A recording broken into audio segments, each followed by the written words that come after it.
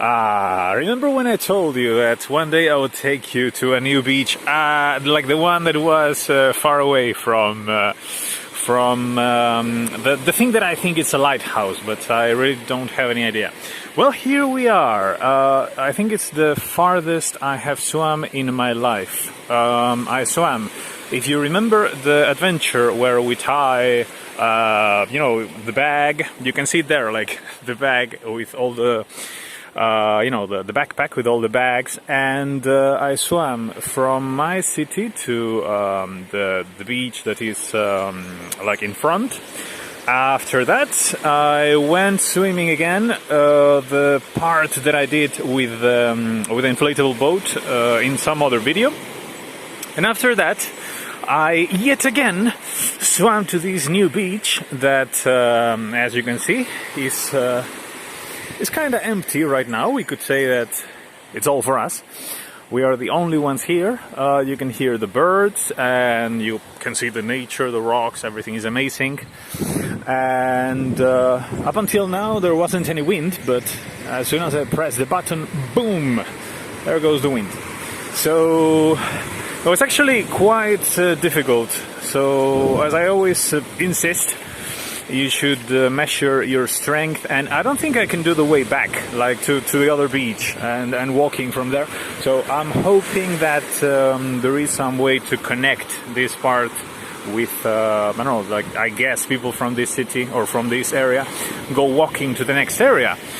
So yeah, I hope that is a park and I can go back that way, because right now I'm really, really cold. And it was an interesting trip. Yes.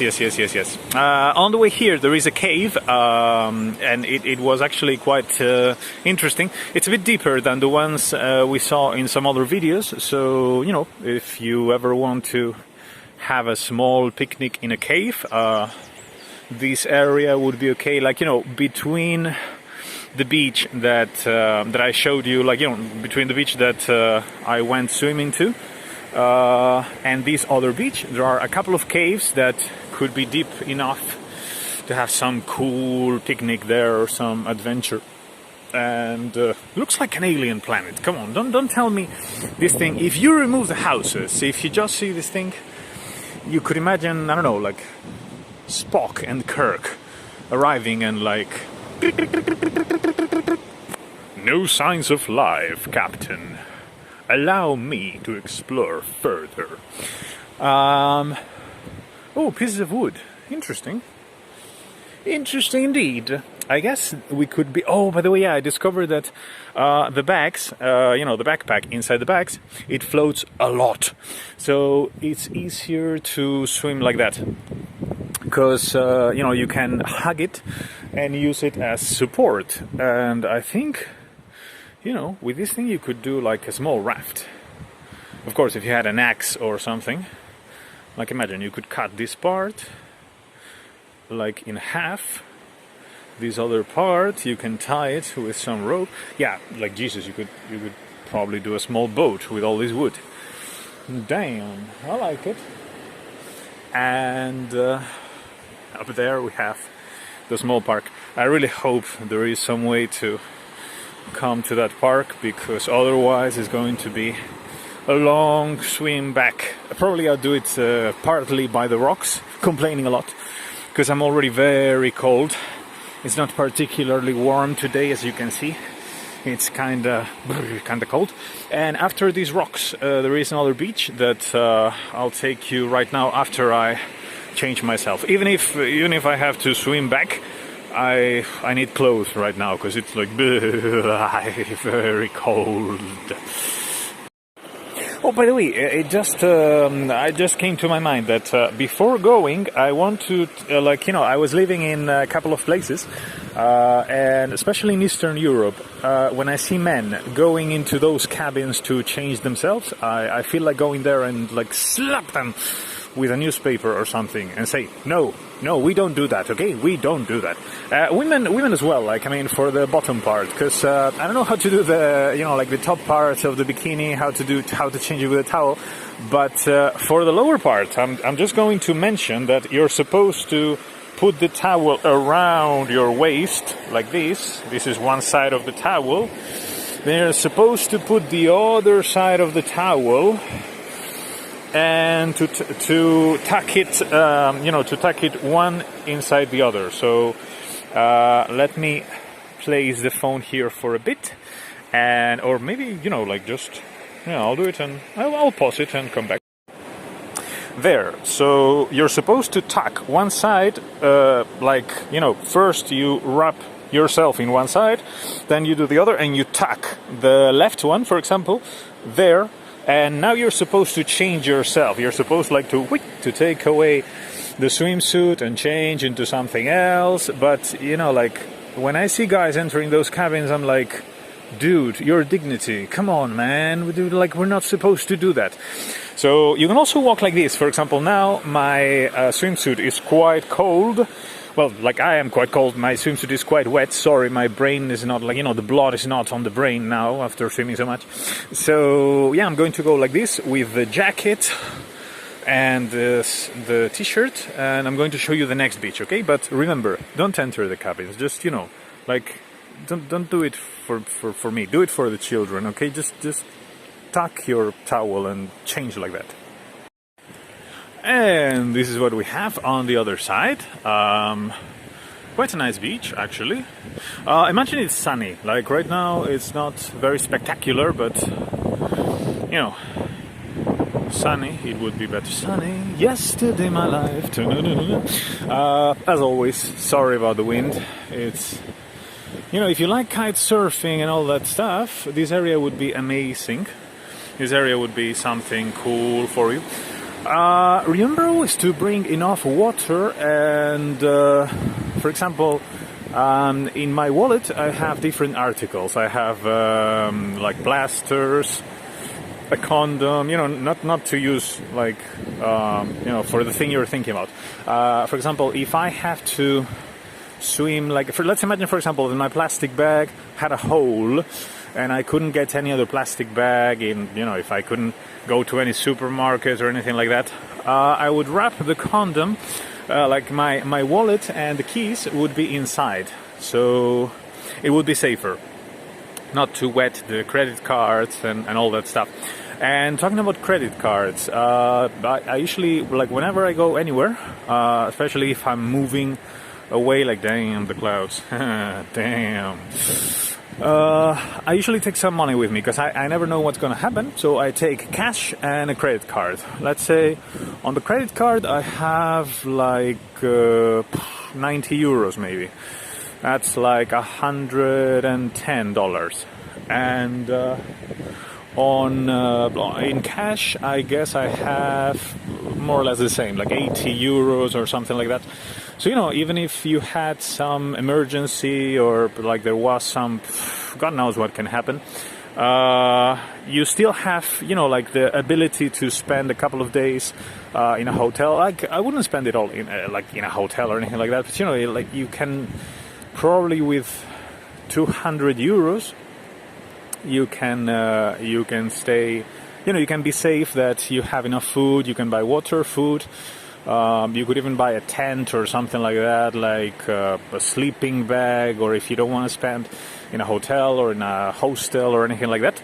So it's important to take enough water so that you don't have to, that you're not scared about water.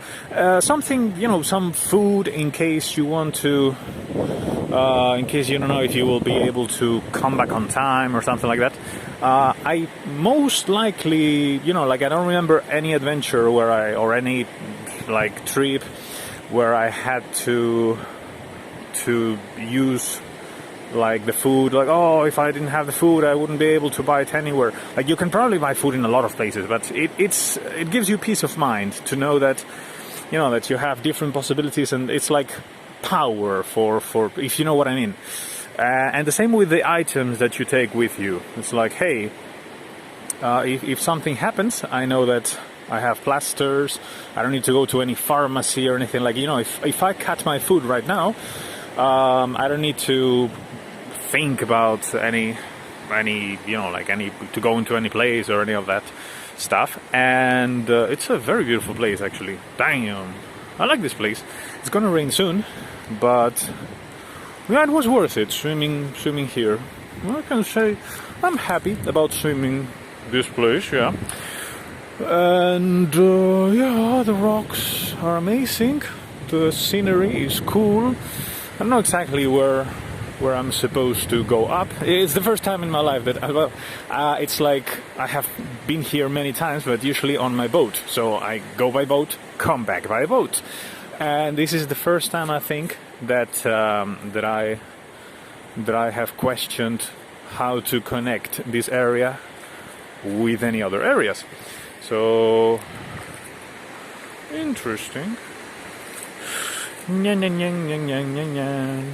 lot of people having walk, but not, nobody swimming or any of that stuff. So you can imagine that the water is a bit cold. And talking about preparation for any adventure, well, I call these adventures, but we're not in the Sahara. This is not Paris-Dakar or any of that stuff. But yeah, it's fun to think of the things that you have near you, places you can visit, and things you can do. And yeah, it's good to be prepared, to have a few articles. With dental floss, there are a few ways to do some, like some place to sleep for the night, some cover, some tent. So if you take, for example, with these plastic bags that I carried today, with this one and the black one, you can open the bag. Imagine you can cut it in half, and you could probably be taking away a lot of rain or a lot of it's not going to be comfortable. You're not going to make a hotel with a bag and dental floss, but it's much better than just not having anything. So with plastic bags, dental floss, and for example, you can take a bit of sand. You can take a bit of sand like this and put it inside you can create a hold for instead of breaking the bag, you put this inside the bag and you tie around the bag and this thing. So it can also work with a rock or any of that stuff. So instead of tying directly the bag to the dental floss and having it torn during the night or something like that, it's better if you take a rock or something. So a couple of those bags would probably be enough. The white one, for example, I would be using it as the door to the refuge, and I guess it could probably work, because I remember I was doing a couple of those things. Also, keep in mind that newspaper takes away a lot of cold, and it's it's insulating.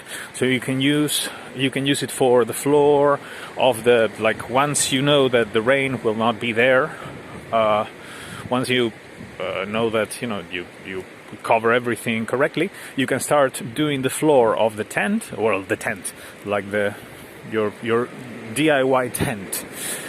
And with newspaper, it's a very good idea also for when you have to sleep at an airport. If you have to sleep at an airport, it's very cool to buy some newspaper or to get some newspaper out there. And you open a few of those pages, you put them all together. So 2, 3, 4 of those pages per 1, 2, 3, to cover the surface where you will be sleeping, and it takes away a lot of the cold from the airport.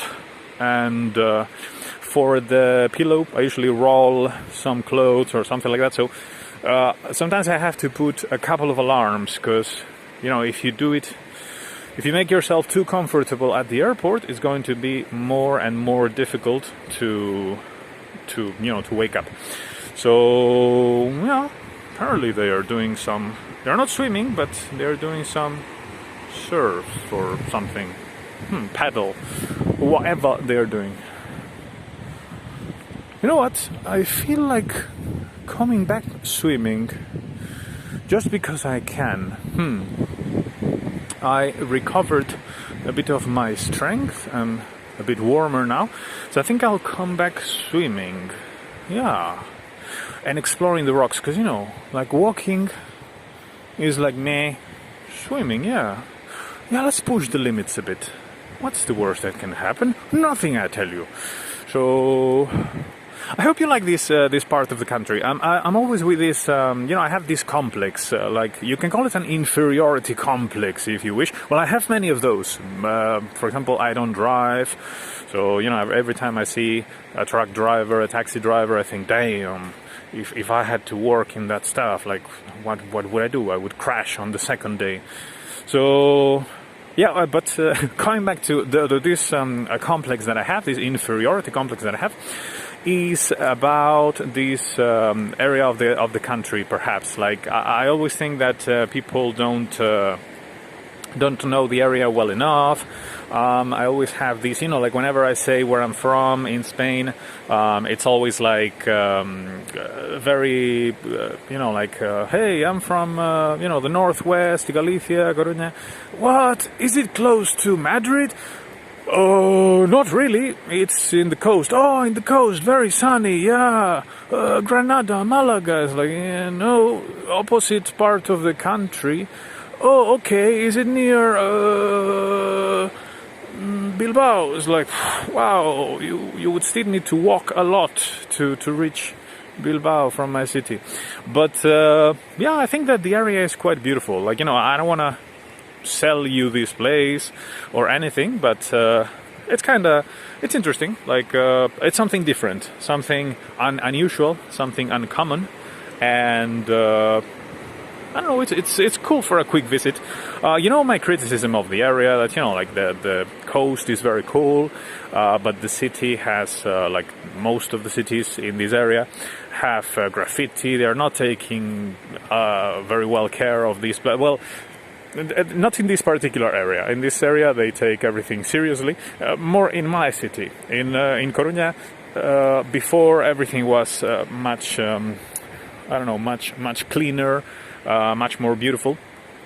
My point is that if you already know other beautiful areas of Spain, you can give a chance to the north, and see if you like it as well. Especially if I have a lot of people who, some of my students, they're always like, oh, I love Spain, but I can't stand temperatures over 35 degrees. And it's like, yeah, me neither. That's why, this area is like in summer 26, maybe maximum 20. Like, I doubt they can reach 30 degrees. So it's a bit better than in the south. Like the south is too warm for me. It's very beautiful and all that, but I was studying in the south, and it was amazing. It was very beautiful. Like I have no complaints about the south of the country, but perhaps the temperature is too much for me. So when it was like 35, 36, 37, you're already like, dang, I need some shade and some water, please. So here you wouldn't have that problem. Here, when it's like over 25, it's already like, wow, like it's unheard of. And believe it or not, I'm thinking if I could reach there is another city after this beach. There are more rocks, and yet another small village / city place. It's difficult for me to know if they are cities or villages, because some of them are joined together. The council, I think, has enough inhabitants to qualify as a city, but it's too wide, too big. So it's after all, it's a municipality. But yeah, there is something more after this. But yeah, if we kept going, we would reach France. So we have to stop at some point, going around the coast. And where was I? Well, yeah, just recommending you to come to this area of the country if you want something new. If you already know the south of Spain, the capital, you could give a shot to Galicia, La Coruña, Oleiros, Santiago. It has a cathedral. It's very beautiful.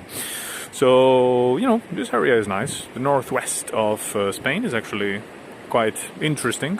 Yeah, just, you know, come and visit.